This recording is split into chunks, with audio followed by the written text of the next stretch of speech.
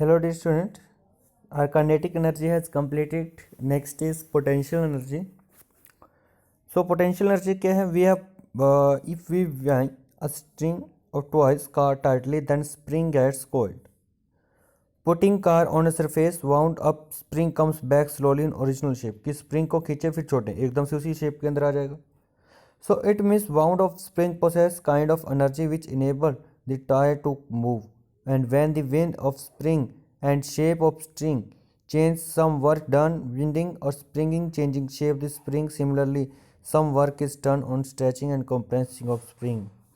कि मतलब कि जब हम स्प्रिंग को खींच रहे हैं, कुछ वर्क कर रहे हैं, जब छोड़ रहे हैं तो वर्क पूरा हो रहा है. वर्क को पूरा होने के बाद दोबारा फिर उसी पोजीशन के अंदर आ जाना जिस पोजीशन के अंदर पहले था.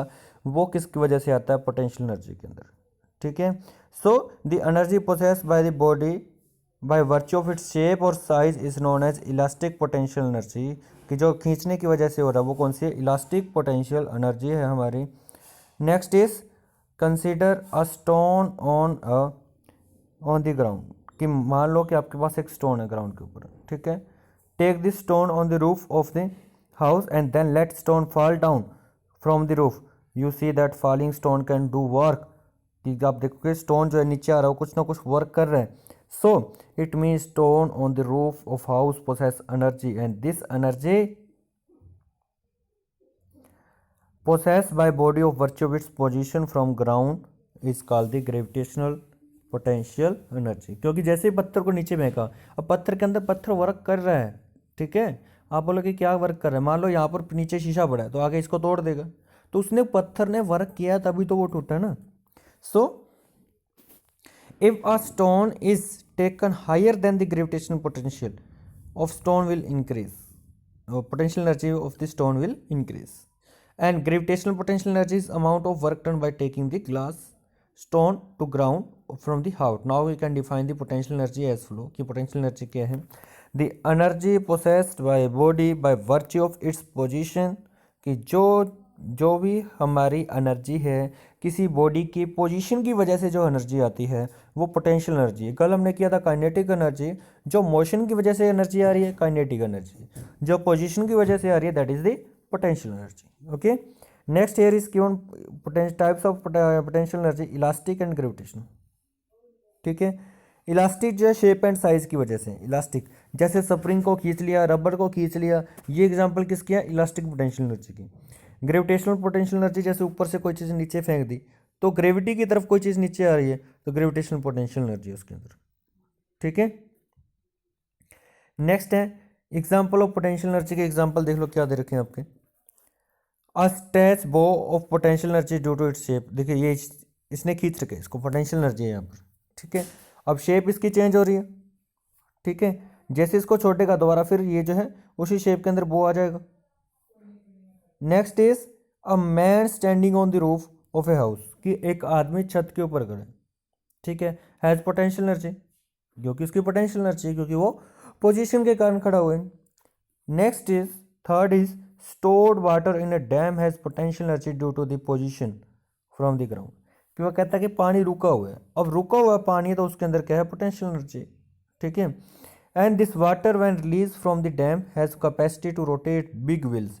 कि मान लो उस डैम से पानी को छोड़ दिया तो काइनेटिक एनर्जी आ जाएगी.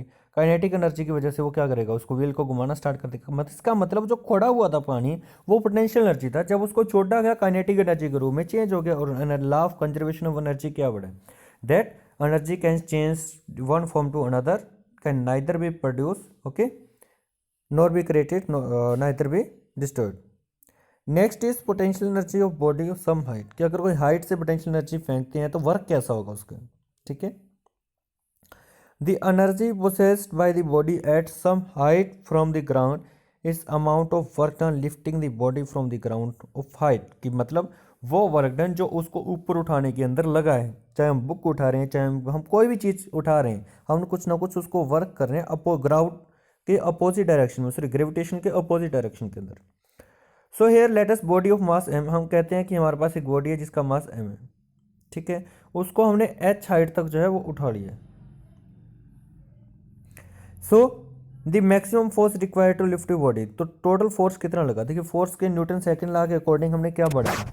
That F is equal to M में पढ़ा था। उसके साथ साथ हम ग्रेविटी की बात की थी, वो क्या था हमारा F is equal to M G, acceleration की जगह ग्रेविटी आ जाता था।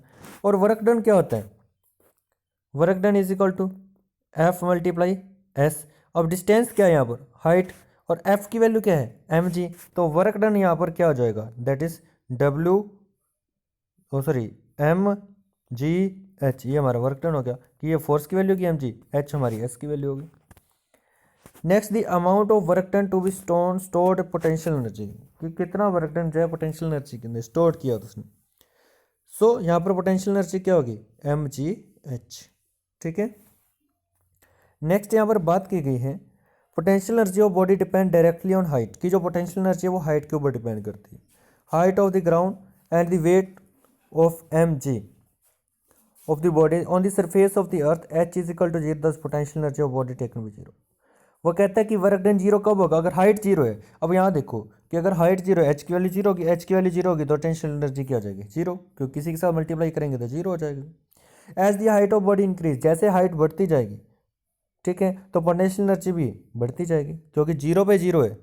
मान लो पत्थर यहाँ पर है, यहाँ पर ग्राउंड है मेरा, जीरो पे जीरो रहेगी, हाइट जीरो है। जैसे ऊपर उठाए हाइट बढ़ती गई, 1 मीटर बढ़ गई, पोटेंशियल एनर्जी बढ़ गई, एम जी के साथ मल्टीप्लाई करेगी। 2 मीटर बढ़ेगी हाइट, तो मतलब कि हाइट उसके साथ एम जी के साथ मल्टीप्लाई करेगी, तो पोटेंशियल एनर्जी बढ़ती रहेगी। So in the adjoining figure work and displacing of the body from A to B, W1 is equal to M G H one. No work is done displacing B to C because angle between the displacement is 90 degree. देखो यहाँ पर क्या है, यहाँ पर देखो इस figure के अंदर, इस फिगर के अंदर अगर हम बात करें कि हमने काम किया है, ठीक है, कि यहाँ पर देखो यहाँ से लेके यहाँ तक काम हुआ है, लेकिन यहाँ से लेके यहाँ तक कोई काम नहीं हुआ, क्योंकि यहाँ पर 90 डिग्री का एंगल बन रहा है। ठीक है, पोटेंशियल एनर्जी के अंदर 90 डिग्री के एंगल में कोई काम नहीं होगा। ठीक है, तो वो जो है वर्क डन यहाँ पर कितना हुआ है, एक तो ये हो गया, एक ये हो गया, इन दोनों को ऐड करेंगे, एक और दो को, वो हमारा टोटल वर्क डन आएगा। ये बीच वाला कभी भी वर्क डन नहीं होगा, क्योंकि हमारी हाइट एच है।